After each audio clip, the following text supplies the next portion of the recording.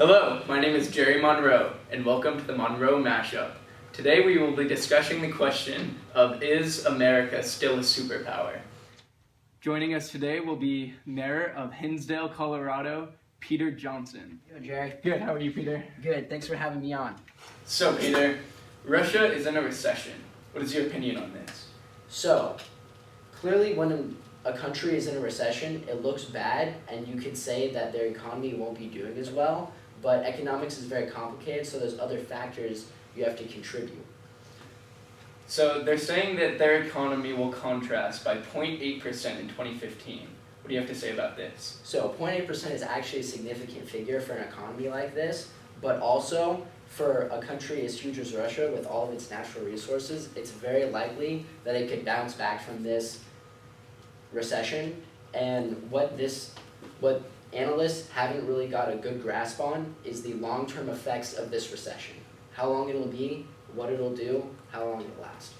Okay, in 2014, it is expected that inflation hits by 9.7% as opposed to an earlier forecast of 7.5%, and it will also raise to about 9% in 2015. It's very interesting when people bring this up, because inflation is a natural part of every economy, but a lot of people don't realize that. Also, you have to consider that their currency, the ruble, works on a bit of a different rate than the US dollar. So inflation for them could possibly not as damaging for inflation for us. Will this give the United States a clear economic lead on Russia?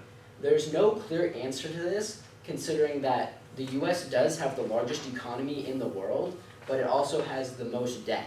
Although the thing about that is the percentage of GDP to debt is not the highest ranked in the world. Developed countries like Japan have a GDP to debt ratio of 200%, meaning that their gross domestic produce is half of their national debt. So a lot of extraneous factors have to be brought in to really assess this, and we can't quite tell yet since Russia just entered this recession. Okay, thank you, Peter. Thanks for having me. Hello, and welcome back to the Monroe Mashup. Next on the show, we would like to invite small business owner and political analyst for David Von Drehle, Grace Potter. Welcome, Grace. Hello, thanks for having me. So, Grace, is America still a superpower? Oh yes, most definitely. If you take, for example, the changes in the 1980 tax code, it has made our American businesses able to flourish, and based on the pride from our inventors, innovators, entrepreneurs, and workers, we are still on top. And although the slow wage growth, we still have a higher standard of living that is improving. Doesn't it seem that the gains that other countries are making are ultimately resulting in a loss for the United States? Oh no, we are still a leader in technology, and our spirit has empowered other nations to go after their goals in order to improve themselves. For example, Israel is now the second in technology in the world, and our investment in them has made them able to be prosperous. Don't you think that by making other countries better and more prosperous, the United States is in danger of losing its place at the top of the global market? No, definitely not, because based on Von Drehle's article, Don't Bet Against the United States, he states that we lead 6 times per capita against the Chinese, and we also have 30% more productivity than Germany and Japan, and also 45% more than European countries. So, in your opinion, we can conclude that, yes, America is still the superpower of the world. America is definitely a superpower of the world. Thank you, Grace. Thank you for having me. Hello, and welcome back to the Monroe Mashup. Our next guest is a marine biologist out of Burlington, Vermont, Michelle Bennett. Hello, Michelle. Hello, Jerry. Thank you for having me. So, Michelle, do you think that America is still a superpower? I do not believe America is still a superpower. If you believe that America is no longer a superpower, what evidence do you have to support your belief in relation to business? Well, beginning with, America does not lead in any areas for commerce.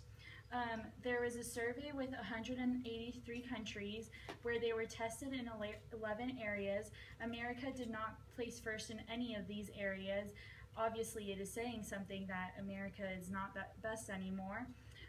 America has not been a leading exporter in the world for a long time. New Zealand has been the world's exporter, the leading exporter for a decade now, which says a lot about America falling behind. Where is America today in relation to healthcare compared to the rest of the world? Well, beginning with the fact that 50 million Americans are uninsured, we are ranked 50th in life expectancy. We are ranked 173 in child mortality. Japan is ranked number 3 in life expectancy and number 220 in child mortality. We are clearly not leading the world in health because of this fact with Japan, so we are falling behind, obviously. So, in your opinion, we can conclude that America is no longer a superpower. Correct. Thank you. Hello, and welcome back to the Monroe Mashup. This is the part of the show where we gather all the guests to discuss the main topic of the night: is America still a superpower? I'd like to open up by discussing what is America's education system like compared to the rest of the world? Well, compared to the rest of the world, I think it's lacking in several areas, especially with many children not attending kindergarten. Well, I would argue that we aren't necessarily lacking in very many areas except in educating the minorities and the immigrants in our nation. And I would argue also that we have some of the best universities in the world. When you look at education, especially for massive countries like America, you have to look at what both ends of the spectrum are like, where you have very low, poor, needs of improvement education, and some of the best education in the world. So when you take it together, it can get marginalized. What you need to consider is that we still have some of the best education on the planet. Now, what is America's businesses like compared to the rest of the world? Well, our businesses are definitely up there. We have a lot of exports that go out, and our productivity is very high, especially when compared to Germany, Japan, ranking 30% higher than them, and also European countries. Well, recently, the International Financial Corporation did a survey with several countries, and America did not place first in any of these commerce surveys, which I think says a lot about our businesses. The interesting thing about business in America is that currently we don't have the best system set up to support small businesses like other European countries do. But if you look at the opportunity for immigrants in business, we're the capital of the world. Especially as put into Sousa's piece, immigrants want to come to America. That's their first stop for opportunity and jobs.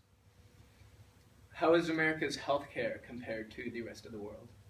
Well, I think that our healthcare compared to the rest of the world is pretty bad, especially compared to Japan. Only 50 million Americans are uninsured in America, which is an unsafe, I think.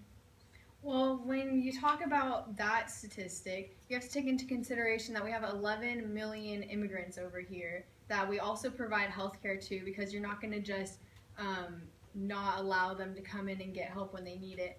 Also, when comparing it to Japan, the average Japan person visits the doctor 14 times a year, so I don't know how normal that is.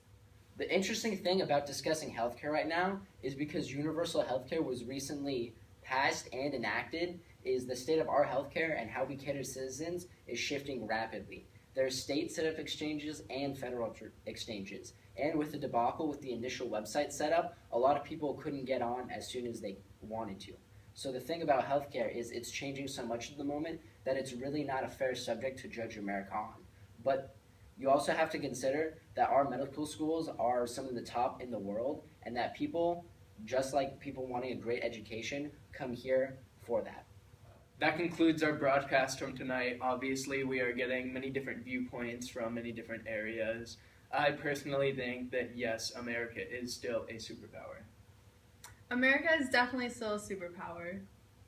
I would say that America is not a superpower anymore. Like Brad, it is a tricky question right now, and I personally think that there's no real way to answer it accurately. Let's let our viewers decide.